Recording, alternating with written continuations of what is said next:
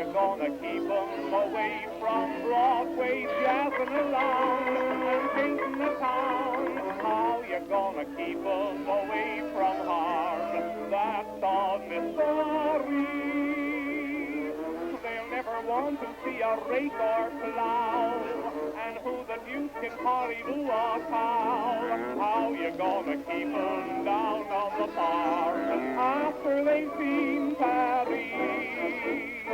This is a story of the Paris Peace Conference that followed World War I. It's a story of aspirations, schemes, farces, and tragedies, and the collision of two irresistible forces, Woodrow Wilson's idealism and the realpolitik of Europe's old order. The setting is Paris, not gay Paris as we knew it, but a shell-shocked city, in the words of one delegate, gashed to her very soul.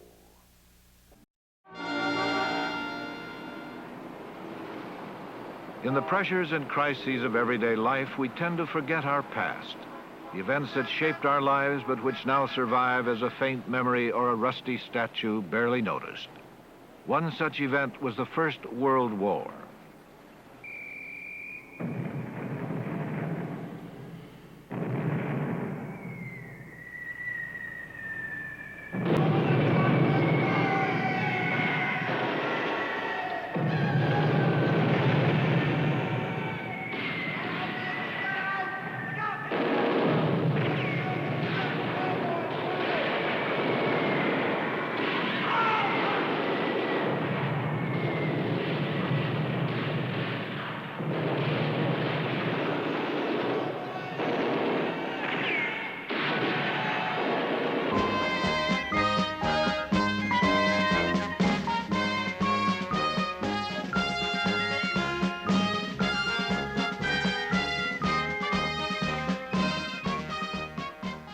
World War I, the war to end war, was over. It was time to create a permanent peace. It is also the moment in time that begins our series. We now have the benefit of time and perspective to examine the crucial period that begins with the Paris Peace Conference and ends with Pearl Harbor. As we look back with the aid of historians and eyewitnesses, we realize that the course of our lives was preordained by the handling of international affairs in the 1920s and 30s. We thought it fitting to start our series in the John Quincy Adams room of the State Department. It was on this desk that the Treaty of Paris was signed in 1783. That treaty officially ended the American Revolution and broke our ties with the old world. In his farewell address, George Washington had warned against entangling foreign alliances, and that tradition had endured ever since. It would not be easy to overturn. These State Department reception rooms are filled with similar memorabilia related to American history, and they serve as graphic reminders of mistakes made, opportunities lost, triumphs as well as tragedies. This first program is a story of a president determined to end that hallowed isolationist tradition of American foreign policy and the tragedy that resulted.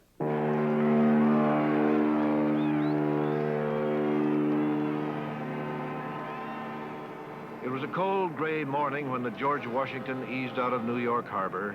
President Woodrow Wilson was her most distinguished passenger, sailing on a crucial mission to negotiate, in his terms, a just and lasting peace, and to establish a new world order to prevent war, a mission which to Woodrow Wilson was sacred. The president was jaunty and full of optimism. He believed in divine providence, that he had been chosen to dictate the terms of peace. He surrounded himself with enthusiastic men who shared his vision. Fight for what is right, he told them, and I will support you. For his peace team, he gathered about him an impressive group of scholars and experts, the best and the brightest of 1918. Among them, Professor Charles Seymour of Yale, his leading academic advisor. James Shotwell of Columbia, a leader in the American peace movement. William Bullitt, idealistic young diplomat, later our first ambassador to the Soviet Union. Henry White, an aging though able diplomat, the only Republican on the peace team. Secretary of State Robert Lansing was included merely as a formality. Wilson believed the president ruled absolute in foreign affairs, and this was his own special mission. In his words, peace without victory. The First World War, however, left no victors. America's leading diplomat historian, Professor George Kennan. It was a terrible war, as we all remember it, those of us who are old enough. It went on for 4 years. I believe some 8 million young men, the flower of Europe's youth, were killed in that war. And bear in mind that no civilization has any asset comparable in value to those 8 million men who were killed at that time. I mean, there were none of the issues of the war, nothing that people were trying to achieve, nothing they hoped to achieve in their wildest ambitions, which could have justified this sacrifice and slaughter of these young men. And it took the heart out of these countries, because it was not just the young men who went to their death or were maimed or wounded or shell-shocked, but it was also their families who were discouraged. And these countries were never the same afterwards. The sight of the victors, thousands of them returning home as refugees in a destroyed land, went largely unrecorded in the United States. The American view of France was a stage set for the entrance of Woodrow Wilson. Paris gave President Wilson a welcome that would have warmed the heart of a Caesar or a Napoleon. It was as if the Messiah had arrived. Professor Robin Winks of Yale. Wilson was very messianic. He felt that the American role had always been that we were a city set upon a hill that others would wish to imitate. He was a person who felt a great conviction that he himself could change history, could move history, and that some of the presidents who had preceded him had not been sufficiently moral, and that he was going to inject old elements in a new guise of morality into American foreign policy. The cheering confirmed Wilson's view that he alone would shape the peace. Again, Professor George Kennan. Poor Wilson. He was a man who made great mistakes, primarily when he was forced to do things that he didn't really understand or believe in. And he had warned earlier in the war, before we entered the war, against the dangers of a punitive peace. And yet, in 1918, 1919, when the war came to an end, he was tired. He didn't like to take a stand alone against our former allies. He realized they had suffered a good deal during the war. So he did what he did not want to do and associated himself with the deliberations at Versailles. And I think this was very unfortunate. Versailles, the elegant residence of King Louis XIV. Here in 1871, Germany had dictated peace terms to the French. Now France would repay the humiliation.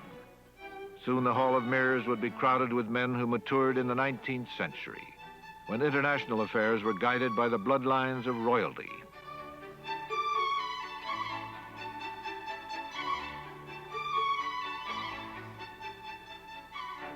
President Wilson wanted to end the old system of alliances, power balances, and secret diplomacy. That would be difficult in Paris, which one delegate described as a psychotic city where everyone was morbid. The symbol of French hostility and bitterness was its 77-year-old Prime Minister, Georges Clemenceau. He had one great love, France, and one great hate, Germany. British Prime Minister Lloyd George brought his mistress and a desire to trade with Germany. The chaos of Versailles would leave an indelible impression on future world leaders. Winston Churchill was there as Britain's Minister of War, and he was appalled at how unprepared the peacemakers were. Prince Faisal of Arabia was there with the mysterious Lawrence. Whatever unity Lawrence had welded among the Arabs was shattered by the secret agreements between European powers. A young revolutionist from French Indochina was there to seek a Bill of Rights for his people. He requested an audience with President Wilson and was refused. His name was Ho Chi Minh. Young Herbert Hoover was in Belgium administering the food relief program there.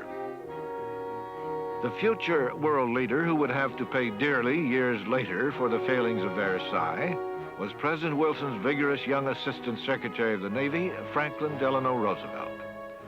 Relegated to a military mission, he nonetheless witnessed close up the diplomatic cynicism that disembodied Germany.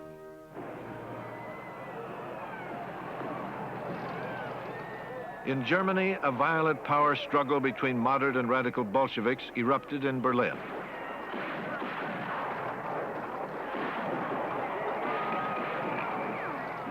It was called the Spartacus Revolt, and it threatened the fragile new democratic regime in that country.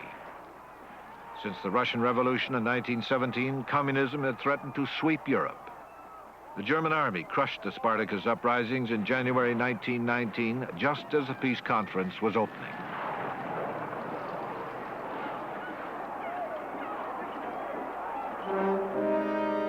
The final peace settlement would be shaped by the personalities of Wilson, Clemenceau, Lloyd George, and Orlando. But another name must be added, the name of one of the most mysterious figures in American politics, Wilson's personal advisor, Colonel Edward M. House of Texas. Colonel House was a Texas politician who relied on shrewdness and manipulation to get his way. As a child, he contracted malaria and never regained vigorous health. Guile took the place of strength in House's personality. He preferred to work behind the scenes. A quiet family man, he became Woodrow Wilson's personal advisor and friend. When they first met, Wilson took to him immediately. "He is my second personality," said Wilson, "my alter ego. His thoughts and mine are one." Colonel House reached new heights in Paris as one of America's 5 peace delegates. He was secretly proud that he had a larger staff than either the Secretary of State or the President. Operating from a secure power base, Colonel House was the only person in Paris who enjoyed the President's confidence. The President was optimistic when he left temporarily for the United States to take care of domestic matters. His coveted League of Nations was now part of the peace treaty. He placed all his faith in it, and all his trust in Colonel House, who would handle the delicate negotiations while he was away. Woodrow Wilson returned to a post-war America that was undergoing a revolution in values and behavior. It had become fashionable to scoff at religion, respectability, reformers, and politicians. People were talking about Sigmund Freud, the ego, and the libido. An artistic rebellion was also underway in America. One of the advanced signals was the New York Armory Show of 1913, the first display of modern art in the United States. And it was viewed with both delight and disgust. An outrageous painting, Marcel Duchamp's nude descending a staircase, stole the show, causing former President Teddy Roosevelt to dismiss the proceedings as caveman art. Nevertheless, modern art had arrived in America.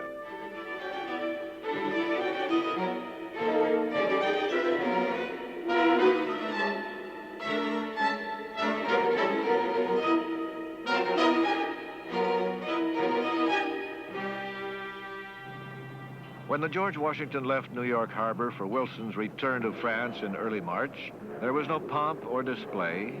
The president played shuffleboard with his doctor, Admiral Cary Grayson, who worried about Wilson's health. The Senate had just issued a dictum that the peace treaty was unacceptable in its present form. It dealt a severe blow to the president's peace hopes, and he took it personally. Colonel House carried on negotiations in Paris while Woodrow Wilson was away in the United States. He was convinced that compromise with Clemenceau was not only necessary, but inevitable. In his offices at the Hotel Crillon, House held secret meetings with Clemenceau and Lloyd George.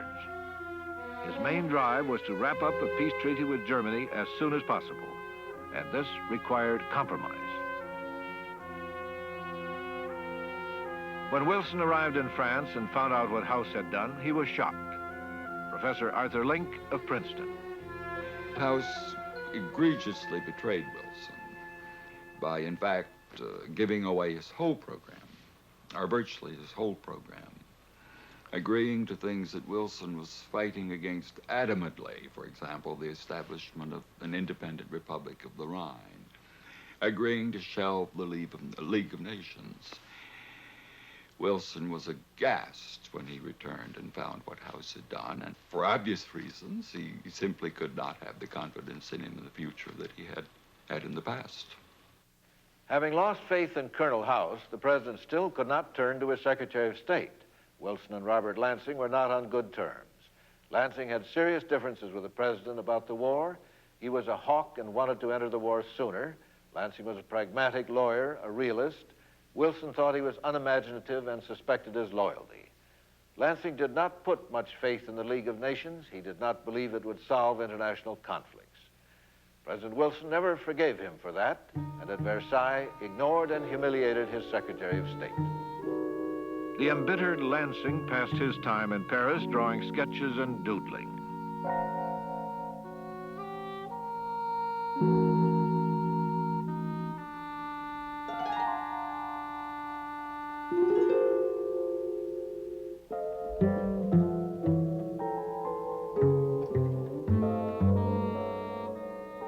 Even in his isolation, Lansing was fascinated with the grand old man of France, the cynical, tough Clemenceau.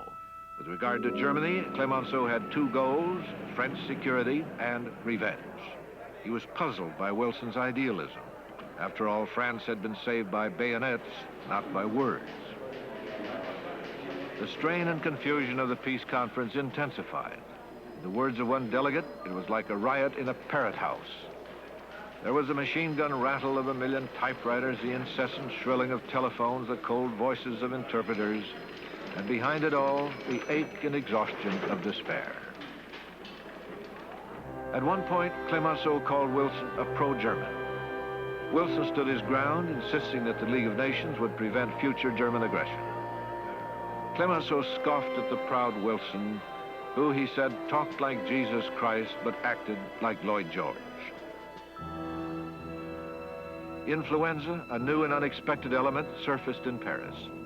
It was an unusually virulent strain which had reached pandemic proportions in the winter of 1918. In 1 year, influenza claimed 25 million lives, more than the total number of deaths in World War I.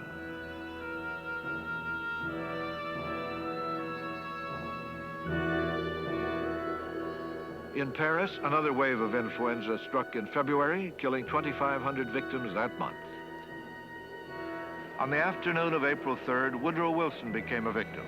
A New York neurosurgeon studying newly available papers has uncovered a startling possibility. Dr. Edwin Weinstein. We now know that the virus did not simply attack the respiratory tract, but actually involved many organs: the gastrointestinal system, the heart, and the brain.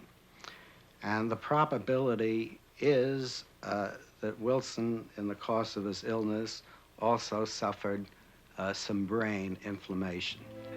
This was a particularly serious matter because Wilson had a history of cerebral vascular disease for a number of years. The fever-racked president was confined to this room for 5 days. Wilson's illness threatened to break up the peace conference. Admiral Grayson nervously fended off questions from reporters like John Nevins of the International News Service. The American Message Center was swamped with inquiries. The president was forced to rely heavily on Colonel House, an odd choice considering their recent differences, but Wilson had no one else to turn to. Clemenceau and Lloyd George met in Woodrow Wilson's study, while the dutiful Colonel House shuttled messages back and forth to the president's bedroom. It was the most crucial time of the peace conference. Wilson and the Allies were at an impasse over war reparations and the occupation of Germany. Now, encephalitis is known to cause changes in personality, alterations in mood, and even delusions. And there was a striking change in the president's mood following this brief but acute illness. Formerly, he had resisted many of the French demands. Now he seemed much more willing to compromise. And Wilson developed a rather euphoric state in which he seemed to greatly exaggerate the efficacy of his actions, thinking he'd actually won a great victory when, as a matter of fact, it was a compromise.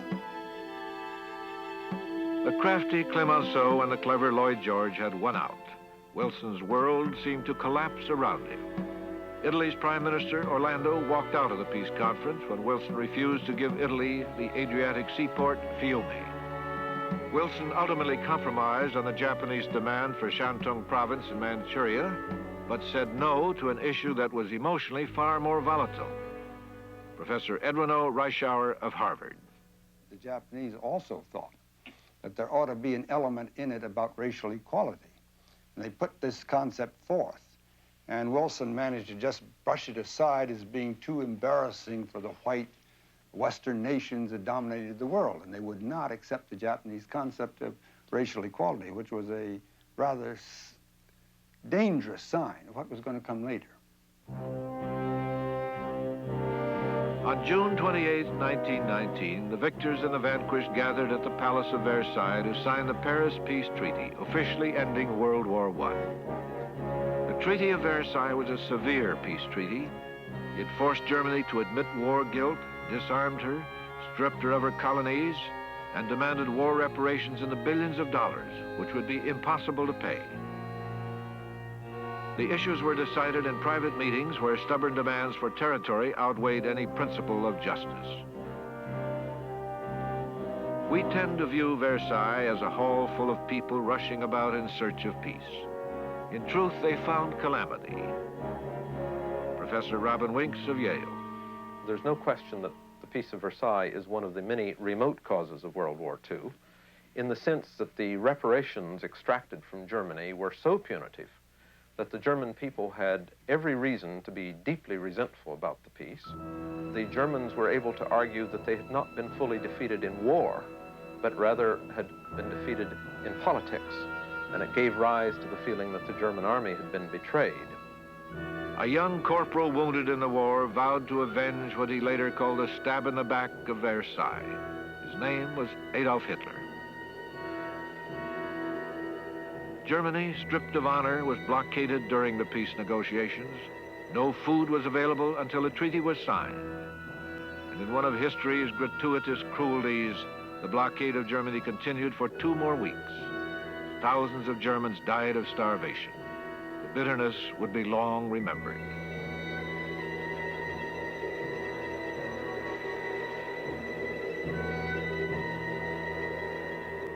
An ideal treaty was an impossible goal. The passions and hatreds of World War I were too strong. The obstacles Wilson faced were insurmountable. But compromise proved fatal.